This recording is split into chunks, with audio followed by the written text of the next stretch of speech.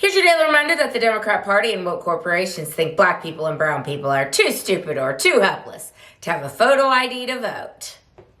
Hello, what's going on, my fellow patriots and you filthy leftist stalkers out there? Welcome back to my channel. My name is Angela Box. You're watching Angela's Soapbox, where I always say what you were thinking. If you're not subscribed to the channel, please consider hitting that subscribe button, liking or rumbling this video, commenting on this video, and of course, sharing this video, especially with your filthy leftist friends, because they truly hate my guts. And for me, that's a badge of honor. Well, it's week 3 of the Karen retrial, and I had to stop watching it this morning because this Alan Jackson asshole, like, I cannot with her ridiculous defense in this case. And that's what I want to talk about in this video. Obviously, I'm filming this on Monday. You're not going to see this till Friday, so a lot can happen. But I want to kind of give you the overview of, again, someone who did not watch this from the jump, from the beginning. I hate to quote Brian Higgins there.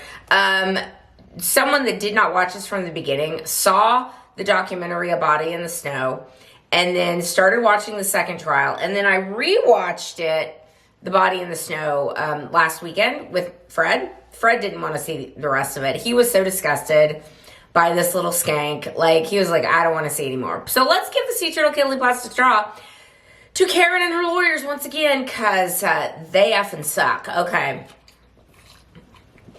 All right. Let me give you the bullet points of the last week. So, her attorneys, Alan Jackson, who is the most egregious one, but then there's also a guy named Alisi who has boot polish in his hair, and everyone knows how I feel about men who color their hair. Like, I think it is the height of vanity. It's like, stop it. Let the girls be pretty. We don't need to worry about seeing your black boot polish, Mr. Alisi. But her lawyers, I understand they have a job to do. I understand that everyone has a right to a defense.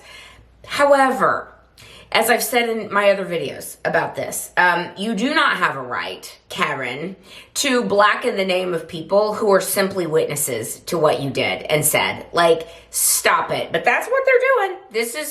This is her defense, and the Karen people and the Karen stands are like, this was all an elaborate conspiracy and a big setup, and it was because Karen was so beautiful and alluring and stunning that, you know, not only did John O'Keefe want her and basically wanted to, like, marry her, but also this other guy, Brian Higgins, like, he just couldn't stop thinking about her either. And this whole thing happened because Brian Higgins was jealous of John O'Keefe. Like, stupid. Let me try and explain this to those people who may not be following along like this, like I am.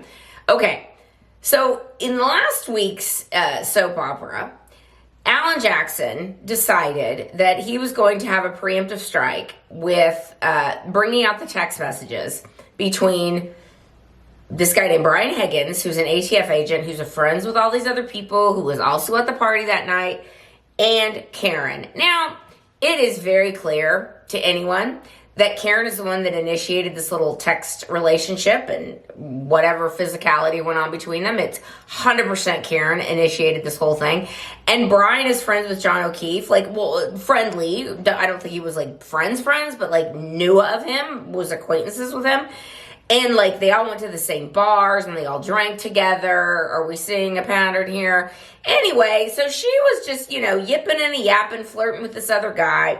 And it was like, you know, there were like 50 different text messages between her and this guy. And it's, again, 9 times out of 10, it was Karen initiating something.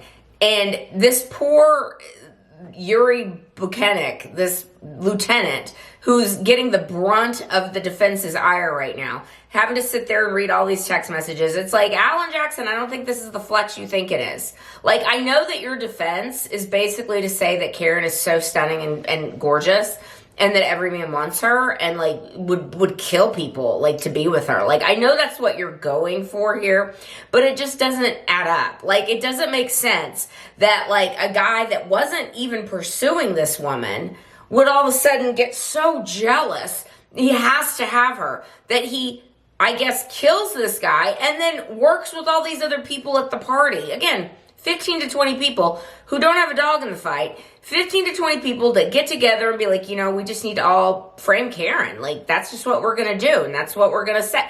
It's so dumb, okay? Now, today, this morning on Monday when I was watching it, I had to turn it off because this poor Yuri Buchanan guy has been on the stand for like 3 days. For a day of direct examination and then 2 days of cross. And today, Alan Jackson, now Yuri Buchanan, Massachusetts State Police Lieutenant, was supervisor of this guy named Michael Proctor, who's no longer a Massachusetts State Trooper. I don't know why he got removed. Probably it has something to do with his misconduct on this case. Here's the extent of Michael Proctor's misconduct in my eyes, okay? Today, Alan Jackson and his no eyebrows and his body shave, and y'all know how I feel about body shavers.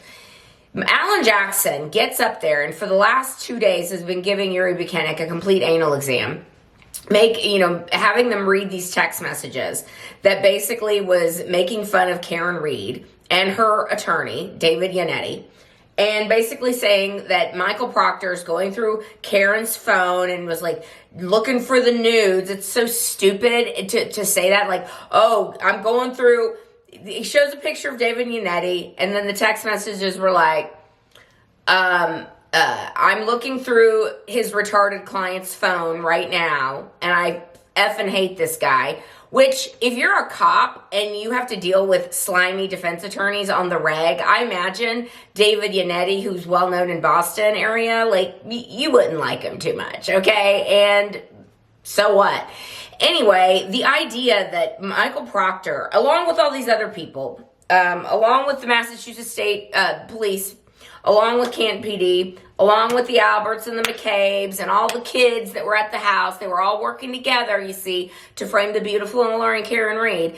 They said that because Michael Proctor called her retarded, like, how dare you? Like, Alan Jackson actually was just, clutching all of his pearls about that. He was like, saying the most horrible thing you could say. I mean, it's next to the N-word, basically. Saying the most horrible thing you could say about another human being, calling them retarded, and that you haven't found any nudes in her phone yet. All that Michael Proctor meant was, hey, I'm doing the extraction over phone, and no nudes so far. It was a joke. Like, calm down. But of course they have to make every little thing like poking a hole in the prosecution's case. And here's what I'm going to say.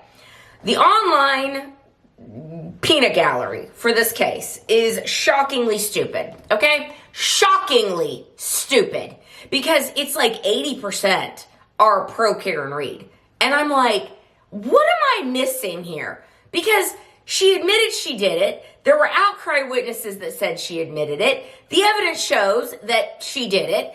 And we're all supposed to think that 20 people got together and framed this woman like within 10 minutes and there's no communication about framing someone or dropping evidence at a scene. Like, it's so stupid. The lengths to which you must go to think that this woman didn't do it, that it's not Occam's razor. But yet, 80% of the peanut gallery out there thinks that she didn't do it. And it's almost like, I get, like, everyone hates Casey Anthony and wants Casey Anthony to live a horrible rest of her life, which she is and she will. But this lady got off too. And, like, for someone who's, like, pro-prosecution in this case, it is so mind-numbing to me that when I look at this case, again, coming from someone who is pretty unbiased, didn't have a dog in the fight, looking at it from, like, pretty clear evidence here. The fact that this woman might get off with reasonable doubt by saying that the investigation was botched or something because one trooper called her retarded and no nudes yet, and that somehow there's this love triangle going on with Brian Higgins and John O'Keefe and Karen. Again, that Karen is just so alluring and outstanding as a human and just the most beautiful woman in Massachusetts, basically, that Brian Higgins is going to murder someone for her. Like, make it make sense. It doesn't make any sense. But yet, that's how level of retarded the Karen people are. And so I knew today when Alan Jackson made an issue of calling Michael Proctor saying that her attorneys were retarded. Like, I was like, oh, these are leftists, okay? Like, I wasn't even going to be political about this case. And I know that there are some Trump people who think she's innocent. Again, I don't understand what you're seeing, but I'm not seeing it that way. But for the most part, anyone that is like knee-jerk defense people are leftists, and they're ergo stupid and retarded. Okay, so save your little Karen standing for the chats in certain YouTube channels. Like it ain't me here. I want justice for John O'Keefe. I'm wearing blue for John O'Keefe in this video, and I hope and pray that somehow the jury can see beyond this theatricality and these ridiculous assertions and just look at the evidence and realize maybe some mistakes were made, because we're dealing with human beings here. We're dealing with human beings. And sometimes people use salty language when dealing with assholes. Okay? So, look at the evidence and don't look at all this other ridiculous spectacle going on. Because this woman, at the very least, committed manslaughter.